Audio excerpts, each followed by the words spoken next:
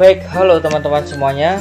Pada segmen kali ini saya akan membahas terkait tips dan trik mengenai penggunaan plan, axis, dan point. Nah, ketiga work feature tersebut merupakan suatu yang sangat penting yang akan selalu kita butuhkan ketika kita membuat sebuah model 3 dimensi ataupun penggunaan assembly nantinya.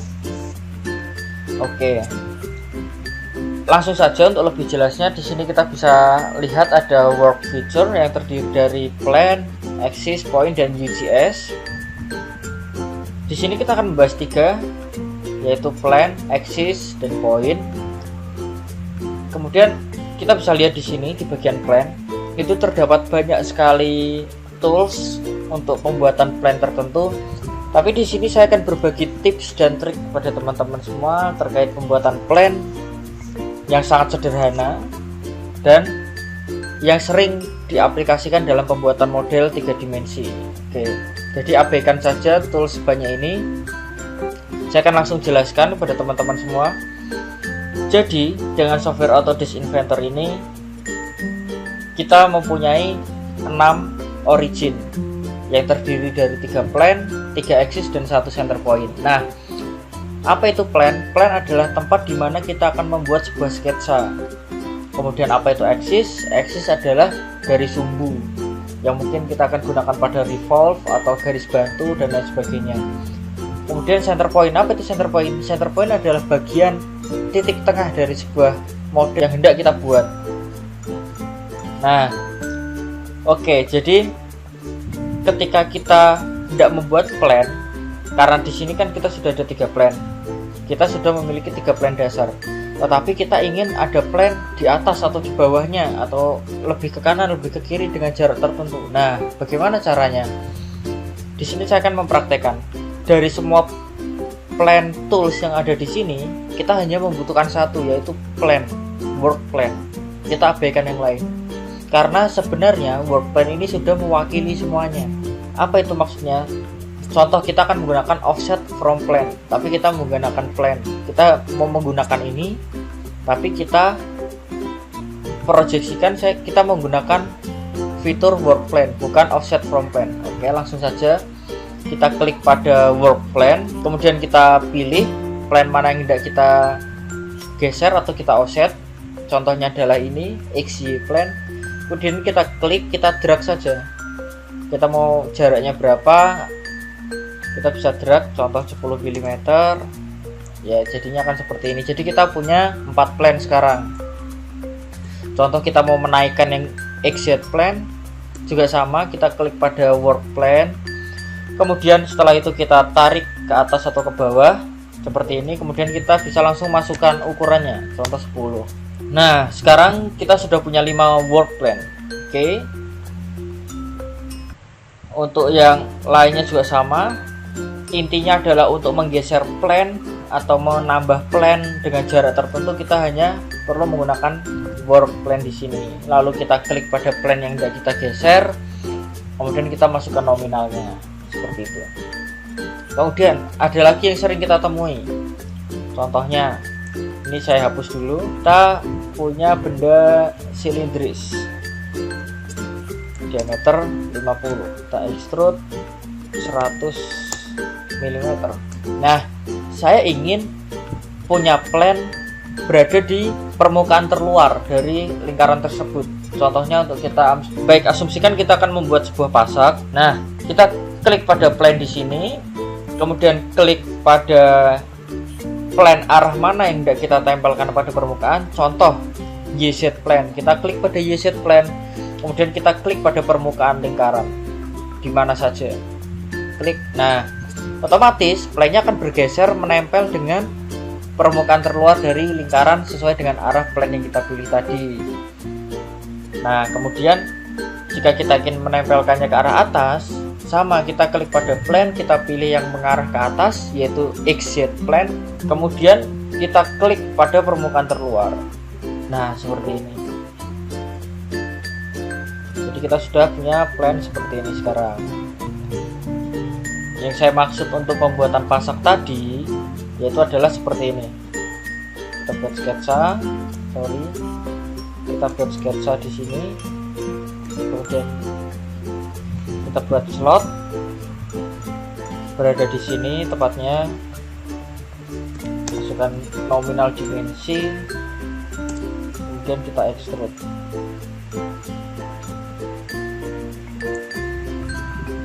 Nah, ini yang tadi saya maksudkan untuk pembuatan fasad. Bagi teman-teman, itu adalah metode lain untuk pembuatan plan selain menggeser. Jadi kita tidak perlu menghitung berapa radiusnya lalu kita geser berapa, tidak perlu. Tips selanjutnya, bagaimana cara membuat plan berdasarkan poin atau titik. Jadi contohnya kita punya benda seperti ini. Kita punya benda kubus ukuran 15 kali 15. Oke, kemudian kita hendak membuat plan dengan 3 buah titik. Oke, kita berikan poin di sini dan di sini, kemudian finish sketch, kemudian kita buat poin lagi di sini. Nah, jadi kita bisa memanfaatkan 3 buah titik untuk membuat plan seperti ini. Saya ulang, jadi klik pada plan, klik pada titik 1, titik 2, kemudian titik 3. Jadi akan terbentuk plan miring seperti ini. Kemudian, oke, saya rasa yang nomor 3 tadi sudah, yaitu dengan 3 poin atau 3 point plan. Berikutnya salah satu metode lagi yang paling sering digunakan adalah berbasiskan sketsa. Jadi contoh, saya langsung praktekkan. Saya akan membuat bentukan seperti ini. Ini hanya contoh ya.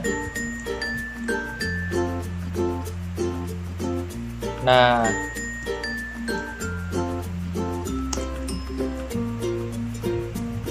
oke. Nah, untuk membuat lingkaran berada di sini, itu ada 2 metode atau 2 pilihan. Yang pertama menggunakan revolve, yang kedua menggunakan extrude, tetapi kita membuat plan seperti itu. Nah, bagaimana cara membuat plannya? Caranya adalah kita membuat sketsa. Sketsanya adalah seperti ini. Kita buat sketsa miring seperti ini, karena nanti plannya akan berposisi tegak lurus. Nah, nanti wujud dari plannya adalah seperti ini, searah atau sejajar dengan garis yang sedang saya buat. Jadi selalu tegak lurus. Jika kita hendak membuat plan seperti ini, plan ini kita membutuhkan garis ini. Langsung saja kita praktekkan untuk lebih jelasnya. Kita klik pada garisnya, garis yang berhubungan di mana kita akan membuat plan, kemudian kita klik titiknya, maka yang terbentuk adalah plan seperti ini. Semoga bisa dipahami. Jadi yang terbentuk adalah plan seperti ini. Nah, yang terbentuk adalah plan seperti ini. Kemudian contoh lain, saya membuat plan seperti ini. Kita klik pada garis ini, kemudian pada titik di mana kita akan meletakkannya. Jadi yang paling utama adalah garisnya terlebih dahulu. Jadi yang paling utama adalah garisnya dulu. Lalu kita pilah atau kita pilih di mana plan itu akan diletakkan. Contoh kita klik di bawah, maka plannya ada di bawah. Kalau kita klik di atas, maka plannya ada di atas. Tergantung di mana kita meletakkannya. Seperti itu. Contoh lagi, satu kali lagi pada garis ini, kemudian saya bisa milih antara 2 titik. Nah, seperti ini. Oke, jadi 4 metode tadi. Yang pertama adalah menggeser plan, kemudian ke permukaan silindris, kemudian plan dengan 3 poin, dan berikutnya plan dengan garis dan titik. Ya, itu adalah 4 basis yang paling sering digunakan ketika kita membuat 3D modeling. Jadi dengan memanfaatkan 4 metode tadi, kita sudah mencakup semua yang ada di sini. Oke, dan ini dengan kita menggeser, kemudian yang bawah ini dengan titik. Oke, jadi yang kita pelajari tadi itu sudah mencakup semua yang ada di sini. Contohnya adalah ini ke profil permukaan, ini untuk menggeser dan lain sebagainya. Oke, saya rasa di bagian plan sudah cukup tips trik dari saya. Kemudian kita akan masuk ke bagian axis. Axis ini cukup sederhana. Hanya ada dua metode yang paling sering digunakan, yaitu metode pertama adalah titik dengan titik, dan yang kedua adalah menggunakan garis seperti itu. Langsung saja kita praktekkan bagaimana pembuatan plan menggunakan titik dengan titik. Kita klik pada axis di sini, kemudian kita klik dua buah titik sebagai acuan. Contoh adalah titik ini, kemudian titik ini, maka akan terbentuk axis seperti ini. Kemudian contoh titik ini dengan titik ini, akan terbentuk seperti ini. Atau metode kedua adalah dengan memilih sebuah garis. Contoh, kita klik pada axis, kita klik garisnya, kita bisa memilih garis yang mana. Nah, seperti ini. Oke, itu adalah pembuatan plan. Jadi itu adalah pembuatan axis atau garis sumbu. Kemudian poin. Nah, poin ini paling mudah. Poin adalah salah satu alat bantu untuk kita membuat sketsa. Nanti akan kita project geometri dan lain sebagainya.